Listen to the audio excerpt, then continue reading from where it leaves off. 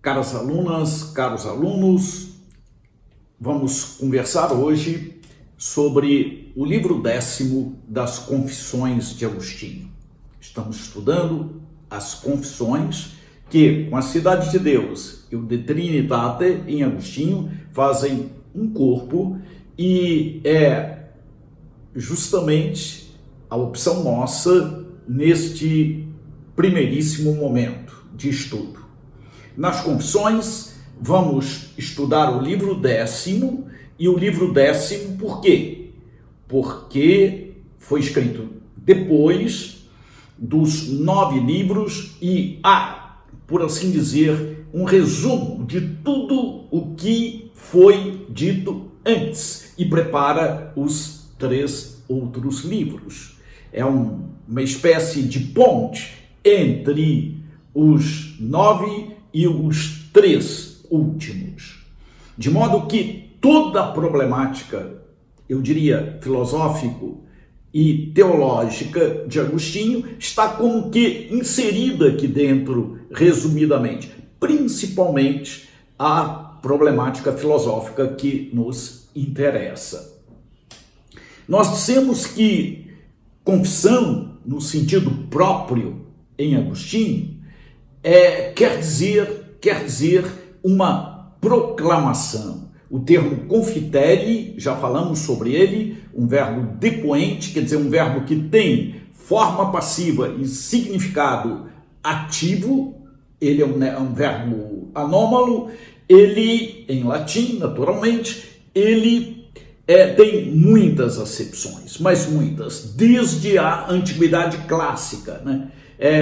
Confessar a palavra, confessar a vida, confessar o crime, confessar o pecado, confessar a fé, não é? Em Agostinho, este sentido, digamos assim, amplo, né, de confitere existe por todo lado. E ele vem dos clássicos, vem da literatura clássica latina. Mas nós podemos resumir isto tudo de uma maneira precisa. O sentido próprio mesmo, onde todos esses confessares, né, esta confissão de tudo, né, está aí incluído.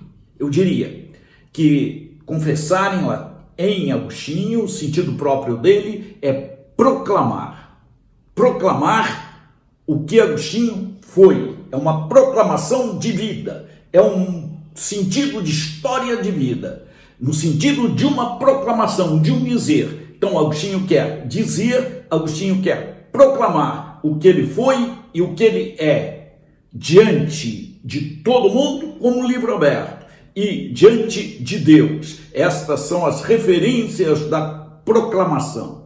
Trata-se de uma proclamação sem medo, porque ele já se coloca diante da misericórdia ou do amor de Deus. E diante do amor não há o que temer. Então, trata-se de um proclamar relacional, trata-se de um conhecimento que naturalmente se estende a um proclamar, trata-se de um dizer, trata-se de uma linguagem que está em estreita relação com o conhecimento e com a interioridade. É interioridade e linguagem e interioridade. E a linguagem como um signo, como um sinal, como algo que ultrapassa, mas que pode estar em concomitância ou não com a interioridade. Isso nós vamos ver. Mas no caso de Agostinho, ele já se coloca assim, pedindo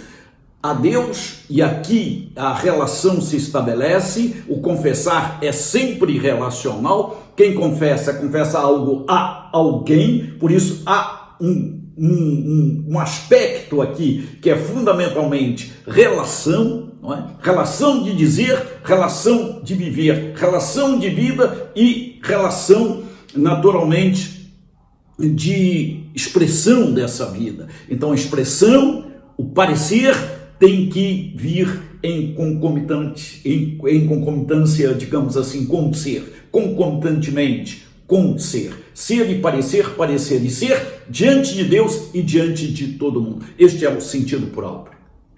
Por sua vez, pressupõe um sentido de análise, porque é dizer a partir de uma análise. Quer dizer, é uma análise, mas não é uma análise qualquer. Não é uma psicoanálise só. É uma análise que é psicológica, e aqui nós falamos sobre a vida de Agostinho, e em se tratando da vida é a psicologia de Agostinho, interessante, é a sociologia que está em volta, não é? São os momentos psicossociológicos, e falamos aqui em conflitos, né, históricos, né, na vida de Agostinho, mas que naturalmente tem uma acepção maior, não só uma análise psicológica, mas uma análise também metafísica, do eu Agostinho ao eu de todo mundo, do eu Agostinho ao eu, que é o homem. Quer dizer, o que ocorre na vida de Agostinho ocorre na vida de todo homem, quer dizer, é um Agostinho vivendo paradigmaticamente, mostrando como aquele momento ali é paradigmático também na vida de todo homem e, naturalmente, com referências. Por isso, a análise também pressupõe um aspecto moral e, eu diria, teológico. Teológico e moral. Teológico porque moral, e moral fundando-se no teológico. Então, uma análise psicológica, uma análise metafísica e uma análise teológica. Este é o tríplice sentido de análise em Agostinho. Ele não fala a palavra, mas pressupõe quando menciona o termo confissões, né? Confessiones. Aqui então está explicado e vamos logo entrar no livro 10º, não é? O livro 10º. O livro 10º, ele começa assim, no sentido, este é o sentido, né, de confissão em Agostinho. Ele começa se dirigindo a Deus, numa pequena oração, dizendo: fazei que eu vos conheça, ó conhecedor de mim mesmo, sim, que vos conheça, como de vós sou conhecido. É esplêndido, é monumental, porque ele parte, sim, né, do conhecimento como sendo tudo, e filosofia é conhecimento, mas ele propõe aqui, e de uma maneira quase que socraticamente, não é, que há que se ter uma referência para conhecer. Não se conhece sem uma referência. Conhecimento e referência vão juntos. E ele vai falar isso também no De Magistro de uma maneira muito forte. São signos, referências para uma realidade, que me levam a uma realidade. O signo me leva, né, me transporta a uma realidade. E aqui ele vai logo de cara à referência maior. Deus é a referência grande para ele, é a referência maior. Então ele quer conhecer a Deus, quer dizer, ele quer se colocar diante da referência que para ele é a maior, não de qualquer forma. Se essa referência é a maior e eu estou em relação com ela, e se esta referência é conhecimento, e é conhecimento ilimitado, esta referência é digamos assim, a absoluta. Então é este conhecimento que ele pede. Quer dizer, ele quer conhecer da melhor forma, ele quer conhecer-se da melhor forma. Ou melhor, eu quero me conhecer, mas não quero me conhecer de uma maneira qualquer, quero me conhecer como Deus me conhece. Esta é a forma. Se eu estou diante dele e não tenho outra forma de ser conhecido por ele, senão da melhor forma, é desta forma que eu quero me conhecer. É mais ou menos isso, né? Então, é filosófico, é psicológico, é filosófico, mas é transcendental também. É uma espécie de psicotranscendental e é teológico, além de ser psicologia transcendental, é teológico, porque ele se refere a Deus como sendo alguém que é real, pessoa real, que está diante dele com referência. Então Deus, antes de tudo, para Agostinho, já aqui é a referência. E ele continua: ó virtude da minha alma, entrai nela, adaptai-a a vós, para terdes e possuirdes sem mancha, nem ruga. É esta a esperança com que falo, a esperança em que me alegro, quando gozo de uma alegria sã. Então ele pede isto é um pedido, e ele pressupõe que a alegria com que ele realiza isto seja uma alegria sã. Com isto ele parte também da possibilidade de existir uma alegria não sã, uma alegria não sadia, e é assim que nós vamos com as antinomias. Se ele vai para, digamos assim, atestando alguma coisa, ele pressupõe que o outro lado também exista. A realidade para Agostinho é, sobretudo isto, né? É a realidade que está à frente e a realidade também que está no lado do avesso. É que está de frente e o avesso. A verdade vai se construindo a partir, né, das antinomias, que é, digamos assim, uma qualidade literária em toda a sua obra. Não é? Nós vamos ver. Os outros bens desta vida, tanto menos se deveriam chorar, quanto mais os choramos. E tanto mais se deveriam chorar, quanto menos os choramos. Outra possibilidade, não é? Quer dizer, a possibilidade de chorar pelo que naturalmente deve ser. E a possibilidade de chorar por aquilo que não deva ser. Quer dizer, chorar diante de algo que merece ser chorado e chorar diante que não merece ser chorado. Esta é a possibilidade, ou estas são possibilidades que existem, digamos, na interioridade. Mas vós amastes a verdade, e quem pratica a verdade alcança a luz. Então, esta busca da verdade, esta busca de uma referência que seja realmente real e que vale a pena dentro deste quadro imenso, né, de possibilidades, Agostinho se coloca assim, no nível do conhecimento, quer dizer, de um conhecimento que passa naturalmente pela inteligência e pela vontade. Mais à frente, ele vai naturalmente completar esta realidade com aquela frase célebre dele, dizendo: tarde vos amei, ó beleza tão antiga e tão nova, tarde vos amei, eis que habitáveis dentro de mim e eu lá fora vos procurava. Disforme lançava-me sobre estas formosuras que criastes, estáveis comigo e eu não estava convosco. Ele completa aquela, digamos assim, aquele primeiro parágrafo do livro 10º aqui à frente, mostrando que justamente este conhecimento e esta confissão que ele faz é sempre relacional em dois momentos diferentes, né? Existe uma relação que é estática e existe uma relação que é dinâmica.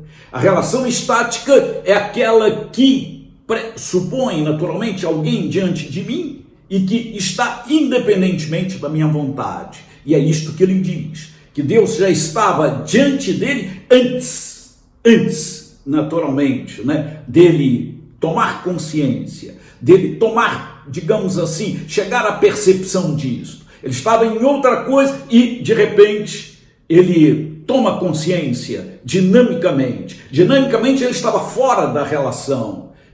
Estaticamente, não.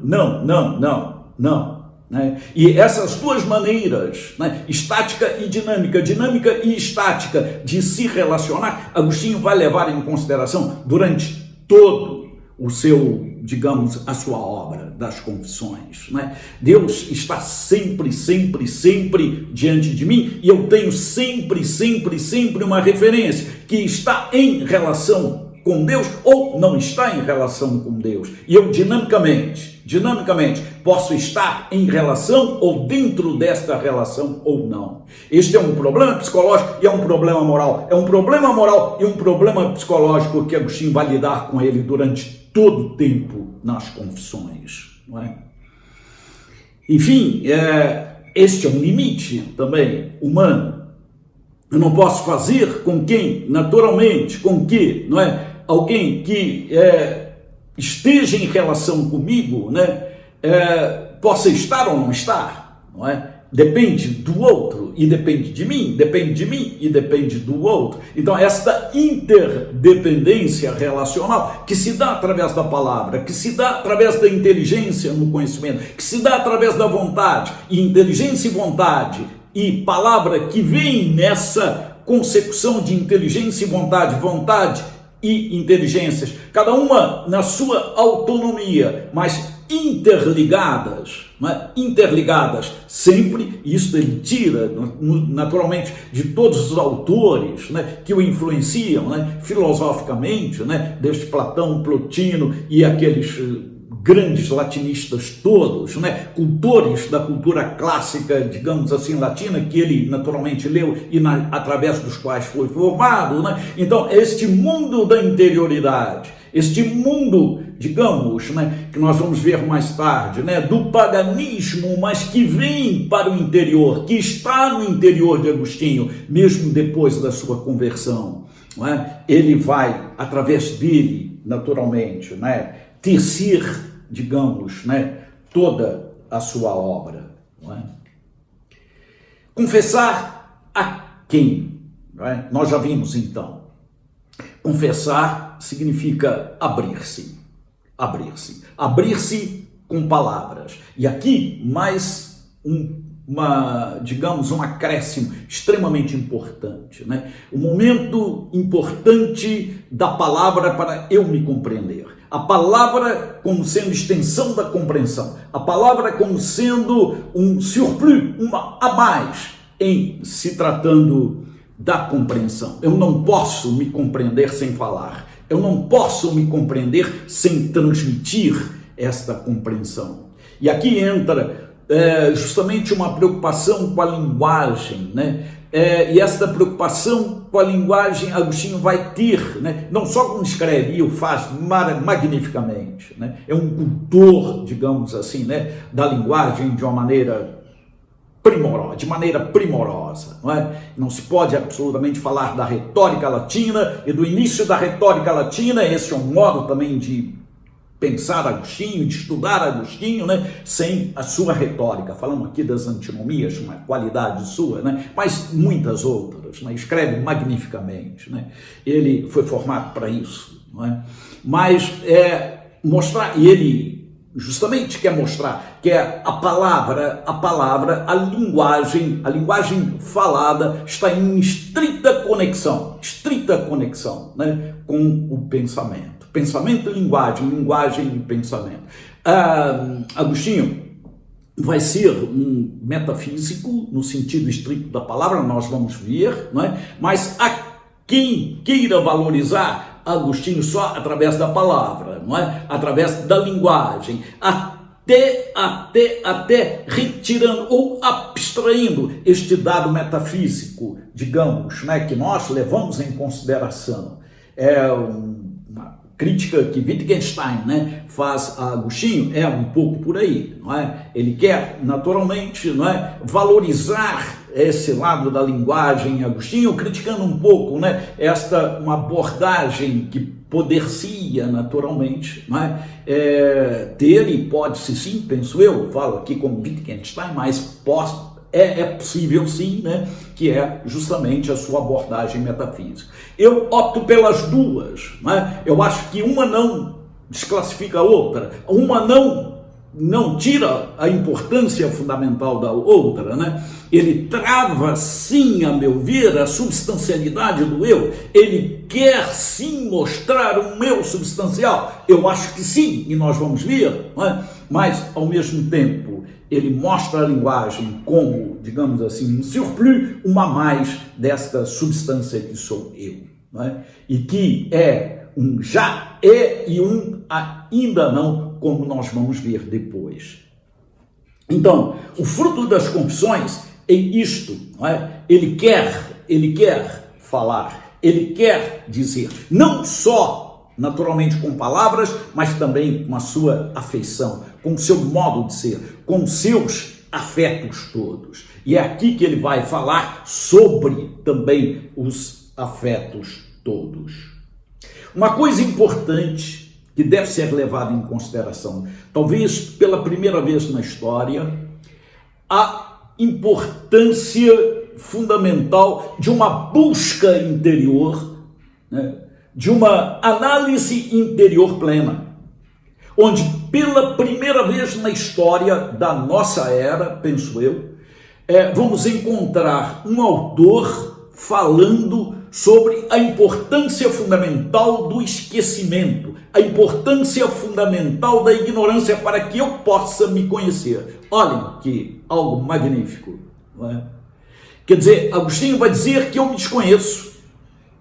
Ao procurar me conhecer, uma das primeiras observações que ele faz é a observação de que eu me desconheço por quê? Porque eu durmo. E pelo menos na hora em que durmo, eu me desconheço. Não é? Então, esse desconhecimento é extremamente importante para que eu possa me conhecer, uma vez que o conhecimento ou do conhecimento, o desconhecimento faz parte. Então, vimos aqui o sentido e em profundidade, penso eu, né, porque é Agostinho que está falando, né, do conhecimento relacional, do conhecimento relacional que se procede em palavras, da importância fundamental da linguagem e mais, do desconhecimento como um elemento primordial e fundamental aí dentro. Muito obrigado.